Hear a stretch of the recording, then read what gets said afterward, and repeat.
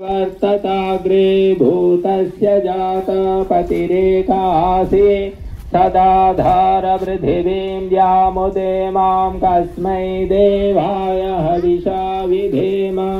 ॐ यात्मदा बलदा यस्य विश्व उपासते प्रशिशं यस्य देवाः यस्य छायामृतं यस्य मृत्युः कस्मै देवाय हविषा विधेम। ॐ य प्राणतो निमिषतो महित्वैकयिद्राजा जगतो बभूव य ईशे अस्य द्विपदश्चतुष्पदः कस्मै देवाय हविषा विधेम।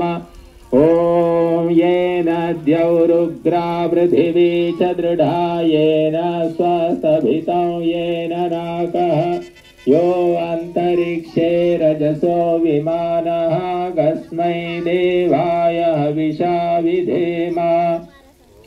ॐ प्रजापतेन त्वदेतान्यन्यो विश्वा जातानि परिता बभूव यत्कामास्तेजोमस्तन्नो अस्तु वयं स्याम पतयोरहीणाम्। ॐ स नो बन्धुर्जनिता सविधाता धामानि वेद भुवनानि विश्वा यत्र देवामृतमानशानाश्रितीये धामन्नध्यैरयन्त। ॐ अग्नेनय सुपधाराये अस्मज्जोराणमेनो भूयिष्ठान्ते नम उक्तिं विधेम इति स्तुति प्रार्थना।